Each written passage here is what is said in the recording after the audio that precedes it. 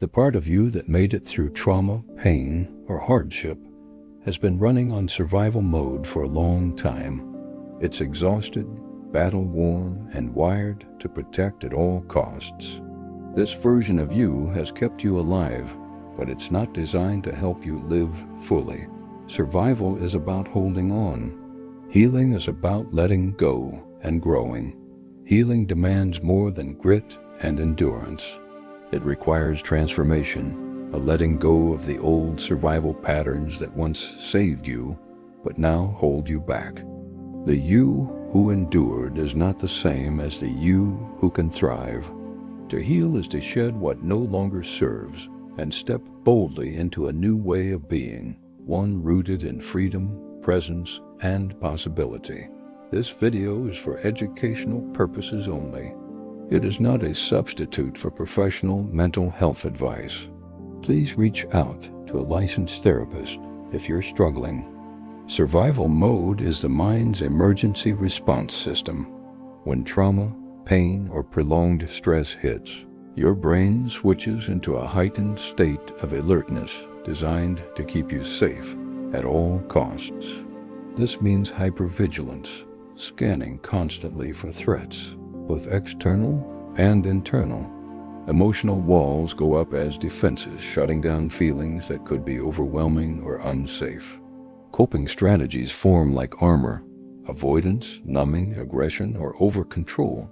These patterns are deeply ingrained because they once worked. They kept you alive when survival was the only option. However, these same protective mechanisms that once served a vital purpose can become the very barriers to healing. When survival patterns persist after the immediate danger has passed, they trap you in a state of ongoing tension and disconnection. Hypervigilance exhausts your nervous system, emotional walls isolate you from support, and coping strategies that block pain also block growth.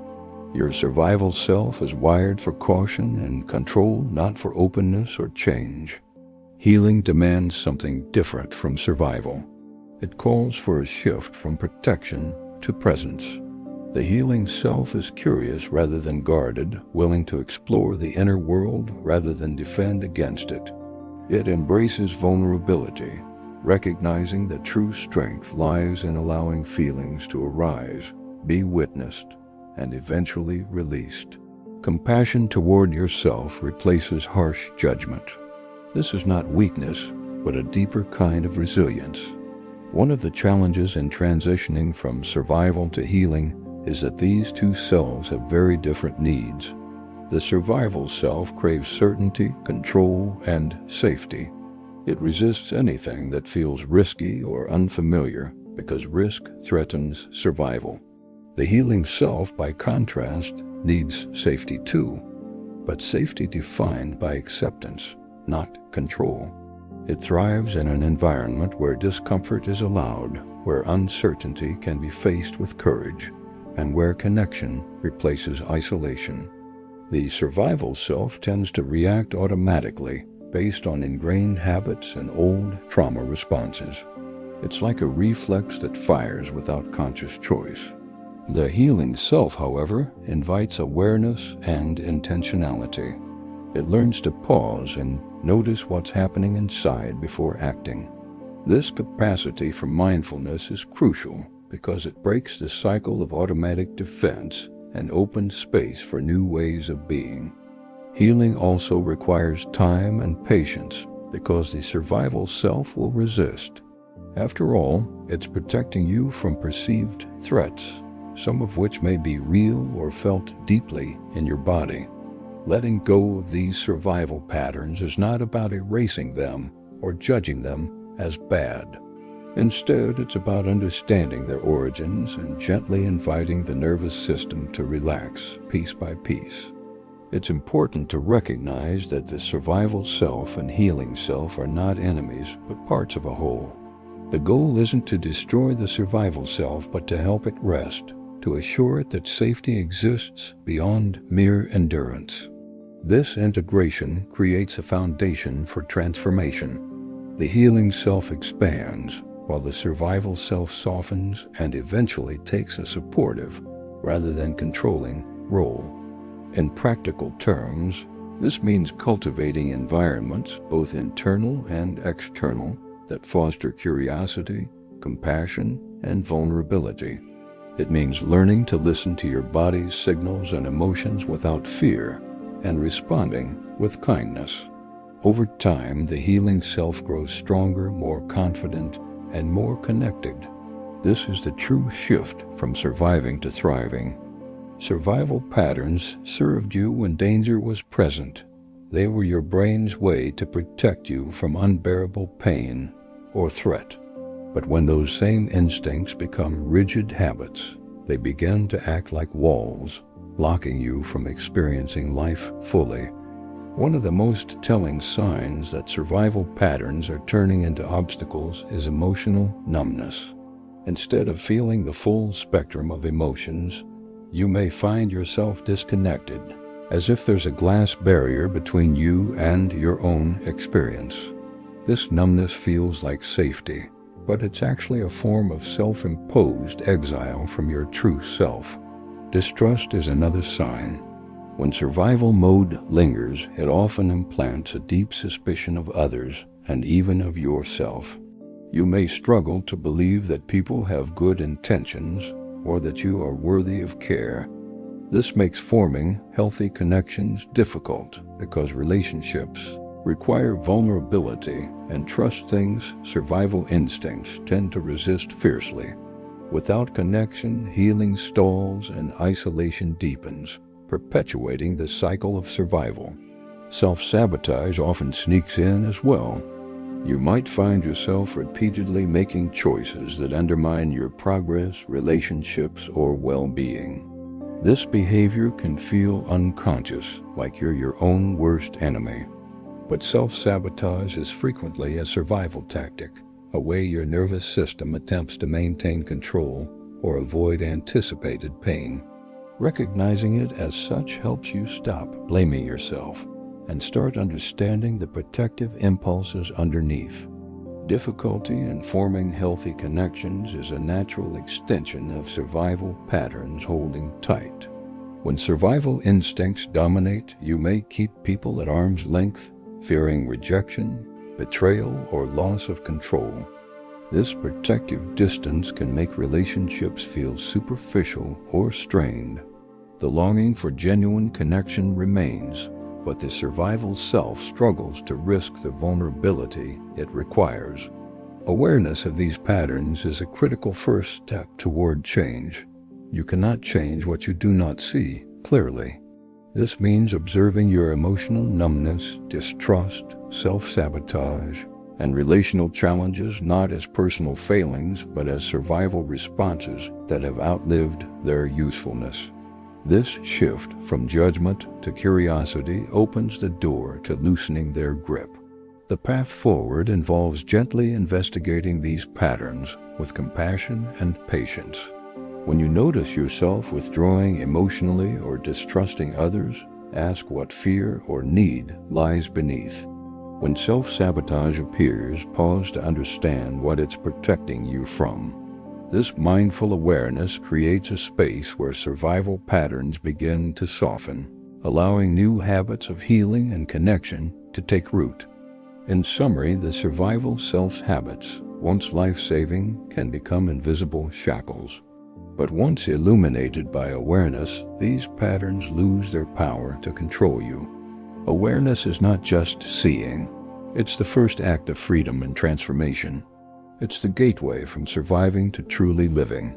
Healing is not a gentle stroll, but a demanding journey of conscious unlearning. The defense mechanisms and survival habits that once shielded you, avoidance, hypervigilance, emotional numbing, rigid control, have become outdated tools. To heal, you must dismantle these mental and emotional structures piece by piece. This process asks you to confront discomfort head-on, not with denial or distraction, but with courage and awareness. Shedding these old cells feels like a loss, and that's because it is. You are letting go of familiar ways of being, even if they no longer serve you. There's a profound grief in this unmaking. You mourn the safety those defenses provided, the certainty they gave, and the identity they shaped. It's a kind of death, the death of a survival identity that was essential once, but now limits your growth and freedom. Yet within this painful unraveling lies the seed of rebirth. Healing means learning to build safety from within, rather than relying on external controls or defenses. Instead of barricading yourself against vulnerability, you cultivate inner resources, self-compassion, mindfulness, emotional flexibility. This internal reconstruction is the foundation of a new self, one capable of presence, connection, and resilience. This work requires patience and persistence because the survival self resists change. It clings to what it knows, even if painful, because uncertainty feels riskier. You will face moments of doubt, setbacks, and fear. But every time you choose to soften an old defense rather than strengthen it, you're reclaiming power that was lost to trauma and survival. The process is not about perfection or rushing. It's about steady, mindful effort, learning to notice when you default to old patterns and gently redirecting your response. This might look like sitting with uncomfortable emotions instead of numbing them, speaking your truth instead of silencing it, or trusting others rather than withdrawing. These acts of rebellion against survival habits become the building blocks of healing. Importantly, shedding old selves is not erasing your past or denying your pain. It's acknowledging that the you who survived did the best you could with the tools available. Now you get to evolve beyond survival, toward a life where safety, joy, and authenticity are possible. This transformation is difficult, but profoundly freeing, the hard work of becoming whole. The healing self is not born overnight. It is cultivated through consistent practices that create an internal environment of safety and trust. Mindfulness, for example, trains you to observe your thoughts and feelings with curiosity instead of judgment. This gentle witnessing breaks the cycle of reactivity and opens a space where healing can begin. Therapy offers a structured, supportive container where you can explore your pain, learn new coping strategies, and receive validation. Creative expression, whether through art, writing, or movement, allows the subconscious to communicate what words often cannot, releasing trapped emotions and fostering insight. Connection is equally vital for nurturing the healing self. Trauma and survival patterns often isolate us, but true healing requires safe relational experiences that reinforce trust and belonging. Whether through friendships, support groups, or therapeutic relationships, these connections provide mirrors reflecting your intrinsic worth beyond survival stories. They remind you that you are not alone in your struggle or your growth. Patience is the quiet backbone of transformation. The mind and body have been conditioned over years, sometimes decades, to survive in specific ways.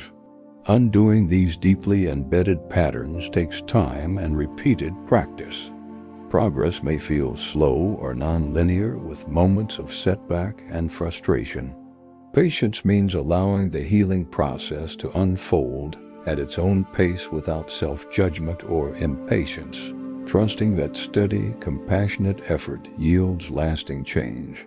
Self-compassion is the heart of cultivating the healing self. It invites you to hold the wounded survivor and the emerging healer within you simultaneously.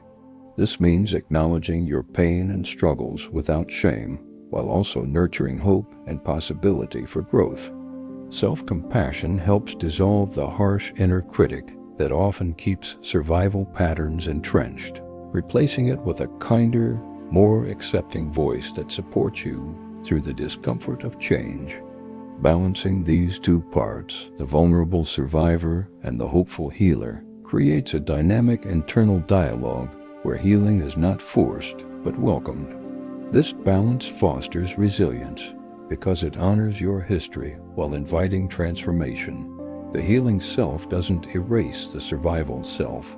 It transforms its energy into something wiser and freer. Ultimately, cultivating the healing self is a radical act of self-respect. It requires you to slow down, listen deeply, and respond with care.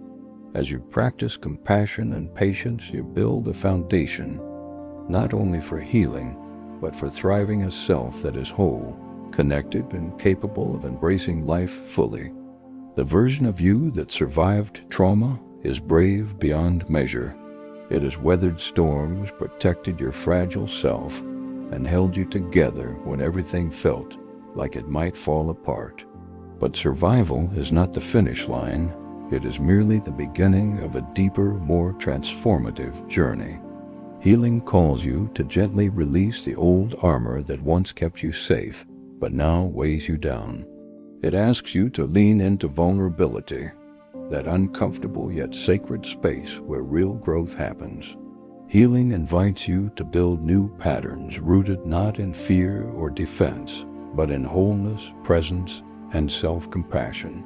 This path is not about just getting through. It's about becoming a version of yourself that is freer, more connected, and more alive. The healer within you has been waiting all along, patiently ready to emerge when you are willing to let go and trust the process.